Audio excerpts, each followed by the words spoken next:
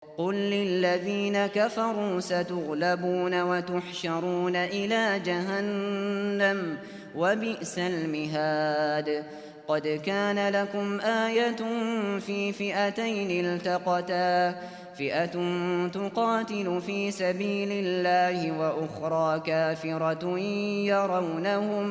يرونهم مثليهم رأي العين والله يؤيد بنصره من يشاء إن في ذلك لعبرة لأولي الأبصار. السلام عليكم ورحمة الله وبركاته. بسم الله والصلاة والسلام على رسول الله وعلى آله وصحبه ومن والاه. رب اشرح لي صدري ويسر لي أمري واحلل عقدة من لساني يفقه قولي. Alors on va reprendre notre étude de Al-Mi'iyya. On était arrivé après la bataille de Badr. Donc on est entre la bataille de Badr et la bataille de Uhud. Et on ne va pas aller jusqu'à la bataille de Uhud, mais déjà on a vu qu'on avait terminé la bataille de Badr, donc la deuxième année de l'Hégire. On était donc arrivé au vers 52, où l'auteur Ibn Abil Izz al-Hanafi nous dit وَوَجَبَتْ فِيهِ زَكَاةُ الْفِطْرِ مِنْ بَعْدِ بَدْرٍ بِلَيَالٍ عَشْرٍ. L'impôt de la rupture fut alors imposé 10 jours tout juste après que la bataille ait éclaté. Donc, après la bataille de Badr, la deuxième année de l'Hégire, on a Zakat al-Fitr, la zakat de rupture du jeûne, qui a été imposée lors du premier mois de Ramadan, quelques jours avant la fin de Ramadan la même année. Et puisque le jeûne avait été imposé, il était logique que le rite qui vient clore le jeûne soit lui aussi imposé. Donc, on a ici 10 jours tout juste après la bataille de Badr, donc la bataille de Badr le 17 du mois de Ramadan, et 10 jours après, donc 27 ou 28 par là, les ulama disent 2 ou 3 jours avant la fin du Ramadan de cette année. Donc Zakat al-Fitr a été imposée. وَفِي زَكَاةِ الْمَالِ خُلْفٌ فَدْرِ وَمَاتَتِ ابْنَةُ النَّبِيِّ الْبَرِّ. Quant à l'impôt sur les biens, il y a divergence, retient le bien, puis mourut la fille du prophète faiseur de bien. Donc il y a une divergence sur quoi? Sur le moment exact où Zakat al-Mal a été imposée. Zakat al-Mal par opposition, donc Zakat al-Mal, la zakat sur les biens, la zakat sur l'argent que l'on possède et les biens qu'on a, qui est donc par opposition à Zakat al-Fitr, donc la zakat de fin du jeûne, la zakat, l'impôt qu'on doit donner pour compenser les erreurs du jeûne, donc qu'on appelle zakat al-fitr, que les fuqaha appellent aussi zakat al-abdan, donc un impôt sur le corps. On a un impôt sur les biens et un impôt sur le corps. Et donc on a ici zakat al-fitr et zakat al-mal. Zakat al-fitr et zakat al-mal qui ont été imposés dans la même année, qui ont été instaurés dans la même année et à la suite. Ensuite, la fille du prophète sallallahu alayhi wa sallam mourut, la fille du prophète Ruqayya. Il nous dit, donc il dit وَفِي زَكَاةِ الْمَالِ خُلْفٌ فَدْرِ وَمَاتَتِ ابْنَةُ النَّبِيِّ الْبَرِّ. Quant à l'impôt sur les biens, donc l'impôt zakat al-mal, il y a divergence, retient le bien, fadri. Puis mourut وَمَاتَتْ إِبْنَةُ النَّبِيِّ الْبَرِّ. Puis mourut la fille du prophète faiseur de bien. رُقَيَّةٌ قَبْلَ رُجُوعِ السَّفْرِ زَوْجَةُ عُثْمَانَ وَعُرْسُ الطُّهْرِ. Il nous dit Ruqayya mourut avant que l'armée ne soit revenue.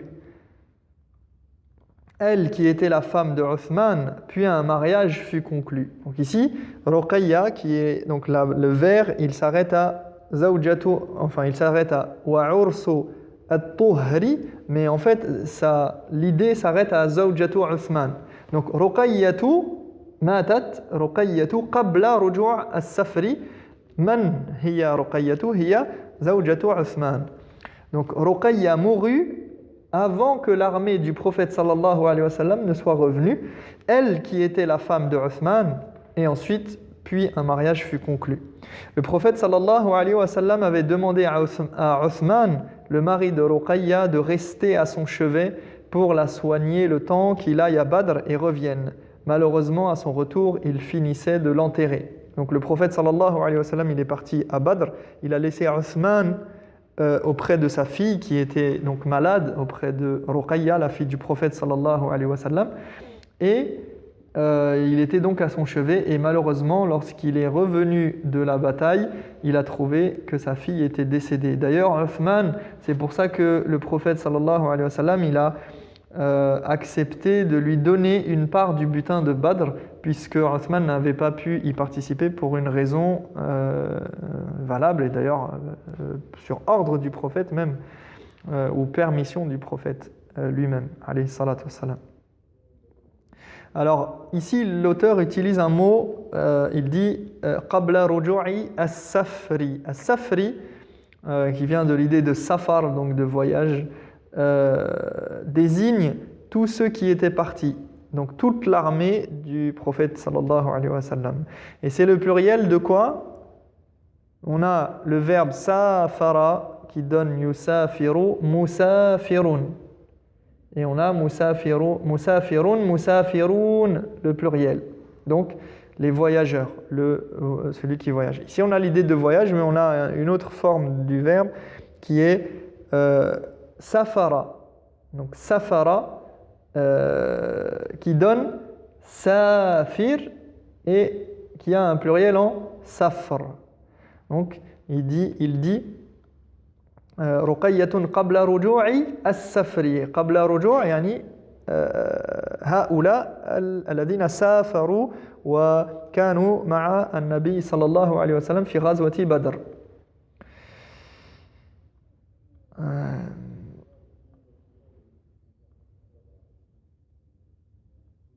Alors, Ruqayya mourut, et ensuite on dit puis donc elle qui était la femme de Uthman, puis un mariage fut conclu. Un mariage fut conclu entre qui et qui? Il nous dit Fatimatin ala Ali al-Qadri wa aslam al-Abbas ba'da al-Asri.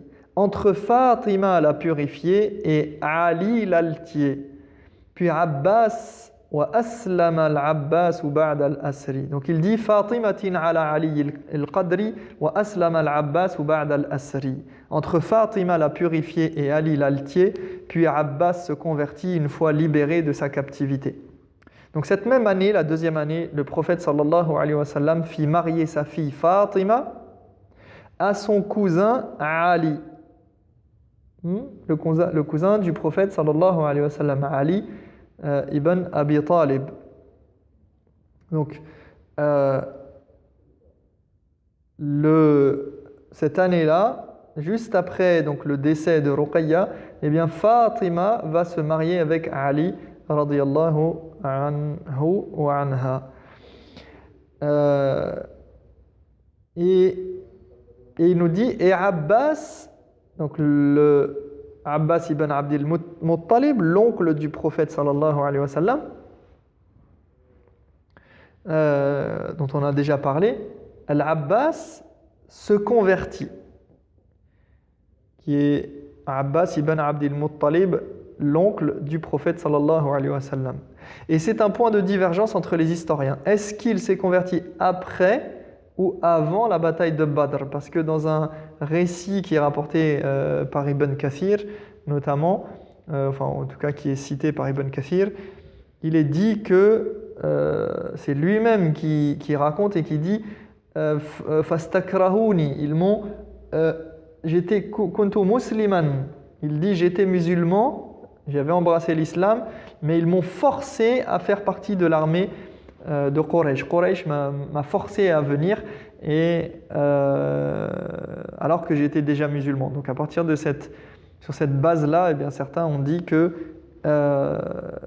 s'était converti avant de faire partie des captifs. Alors qu'ici, il est dit « Wa aslam al-Abbas ou ba'd al-Asri ». Alors qu'il nous dit « Puis Abbas se convertit une fois libéré de sa captivité ». Peu importe, ce n'est pas très très important puisque l'essentiel, c'est qu'il se soit converti à l'islam. C'est que il n'y a pas de divergence sur le fait qu'il était musulman. 56. وَقَيْنُقَاعُ غَزْوُهُمْ فِي الْإِثْرِ وَبَعْدُ ضَحَّى يَوْمَ عِيدِ النَّحْرِ. La bataille avec les Qaynuqa' s'ensuivit et pour la fête, c'est un sacrifice qu'il offrit. Donc, après la bataille de Badr, un peu quelque temps après, pas très longtemps après, mais on verra que certains historiens mettent des expéditions entre les deux, entre Badr et l'expédition de Qaynuqa'. Mais quoi qu'il en soit, l'expédition de Qaynuqa', alors c'est un mot un nom un peu difficile à prononcer, Qaynuqa'. Hein, en français, ça fait Qaynuqa'. Donc, cette bataille-là, cette expédition-là, elle a eu lieu après la bataille de Badr, et en tout cas pas très longtemps, quoi qu'il arrive. Et donc peu de temps après la bataille de Badr, il y eut l'expédition chez les Qaynuqa'. C'est qui ces Qaynuqa'? Retenez ce nom, c'est une des trois tribus juives de Médine. Alors à Médine, le prophète sallallahu alayhi wa sallam, lorsqu'il est arrivé, il a fait des pactes, il a pactisé il s'est mis d'accord avec les tribus juives qui vivaient là-bas. Il y avait trois tribus juives, et c'est des noms qu'on retrouve souvent dans la sira et qu'on entend même souvent dans les hadiths. On a trois tribus juives qui étaient aux alentours de Médine. On a premièrement donc les Qaynuqa', dont il est question ici. On a donc Banu Qaynuqa', Banu An-Nadir et Banu Qurayza. Donc ce sont les trois tribus. Banu Qaynuqa', Banu Nadir et Banu Qurayza. Et on entend souvent parler des Banu Qurayza, des Banu Nadir aussi, on va en entendre parler, et les Qaynuqa'. Donc il nous dit wa Qaynuqa'u ghazwuhum fil Ithri. La bataille avec les Qaynuqa' s'en suivit. Et comme je l'ai dit, donc le prophète sallallahu alayhi wa sallam, il a conclu des pactes en arrivant à Médine avec chacune de ces trois tribus.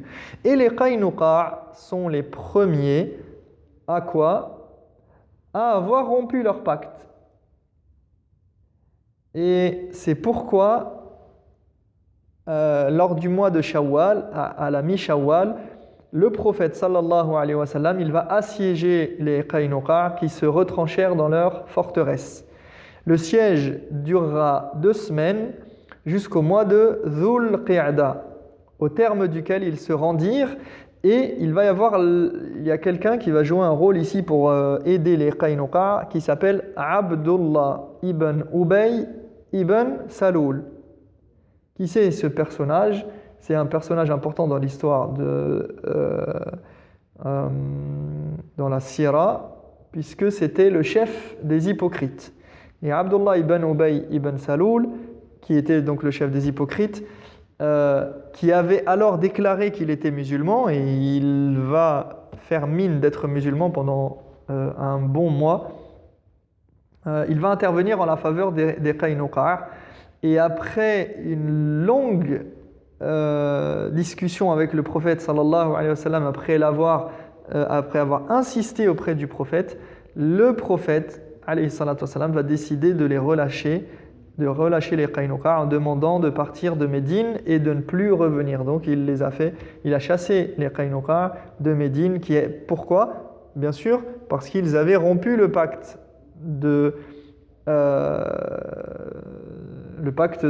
d'amitié et de non, en tout cas, le le pacte qui consistait à vouloir faire la paix et à éviter toute guerre entre les musulmans et les Qaynuqa. Donc il dit la bataille avec les Qaynuqa s'en suivit, et pour la fête de l'Aïd, en fait pour l'Aïd, c'est un sacrifice qu'il offrit. Et ce fut le premier Aïd, la première fête célébrée par le prophète sallallahu alayhi wa sallam, à l'occasion de laquelle, de cette fête, il sacrifia 1 ou 2 moutons selon les avis. Et donc, ici, on a vu que on était dans cette deuxième année, la mort de Ruqayya, juste après la bataille de Badr, avec l'imposition de Zakat al-Fitr et Zakat al-Mal, le mariage Urs al-Tuhri al-Tahira Fatima, le mariage de Fatima avec Ali, la conversion d'Al-Abbas et la Ghazwa, la bataille avec les Qaynuqa. Et le premier Eid, on va s'arrêter ici pour aujourd'hui. On verra la semaine prochaine, on parlera de la bataille, l'expédition qui s'appelle As-Sawiq et Qarqara. Et on arrive dans la 3e année de l'hégire où les combats vont s'intensifier et on va directement vers la bataille de Uhud. On arrive à cette grande bataille importante qui va être une leçon pour les musulmans, une leçon d'humilité pour les musulmans à la bataille de Uhud, Inch'Allah ta'ala. On verra ça la prochaine fois, bi'idhnillah. نكتفي بهذا ونسأل الله تبارك وتعالى أن يهدينا لما يحب ويرضى وأن يجعلنا من الذين يستمعون القول فيتبعون أحسنه أولئك الذين هداهم الله وأولئك هم أولو الألباب سبحانك اللهم وبحمدك أشهد أن لا إله إلا أنت أستغفرك وأتوب إليك وجزاكم الله خيرا.